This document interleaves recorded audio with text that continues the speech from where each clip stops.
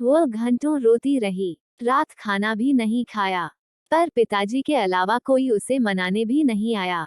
खाली पेट वह बिस्तर पर करवटें बदलती रही। सारा घर नींद के आगोश में डूबा था, पर माँ के कमरे से आवाज आ रही थी। माँ कह रही थी, यह रोज रोज के झगड़ों से तो मैं तंग आ गई।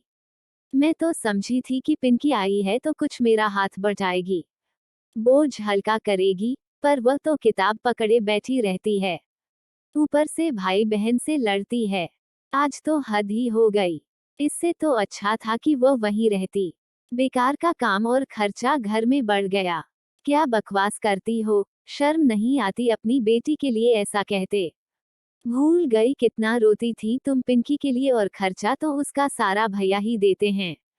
रोती थी उसके लिए तब बात दूसरी थी। अब मेरे पास पम्मी है और अपने भाई के खर्चा देने की धौंस मत दो। हम उसके बिना भी अपना काम चला सकते हैं, उनकी दया पर नहीं जी रहे हैं हम। फिर लंबा मौन दोनों के बीच पसर गया। थोड़ी देर बाद माँ बोली, सुनो जी, तुम जेठ जी से बात करो, क्यों ना हम पिंकी की शादी कर दें। 18 की तो हो रही है, एक अच्छा लड़का भी नजर में है, शादी कर दोगे तो सारा झंझट ही खत्म हो जाएगा। कैसी बात करती हो तुम, इतनी सी उम्र में शादी?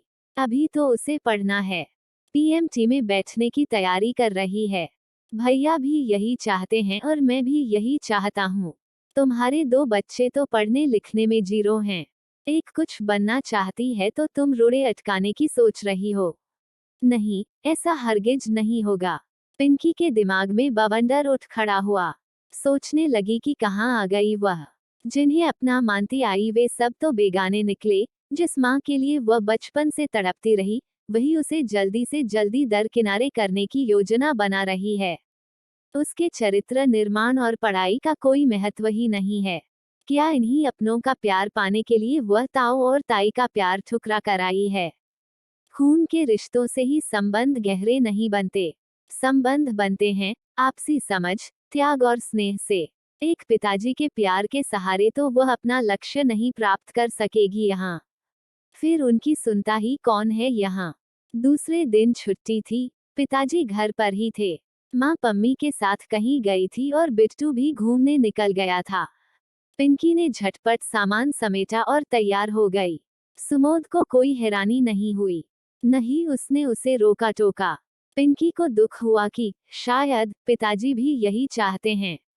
सुमोद बोला, मैं चलूं क्या तुम्हें छोड़ने? नहीं, मैं अकेली ही आई थी, अकेली ही चली जाऊंगी। पिंकी गुस्से से बोली। उसका मन उदास था फिर भी हल्का था। आज उसका पूरी तरह मोह भंग हो चुका था।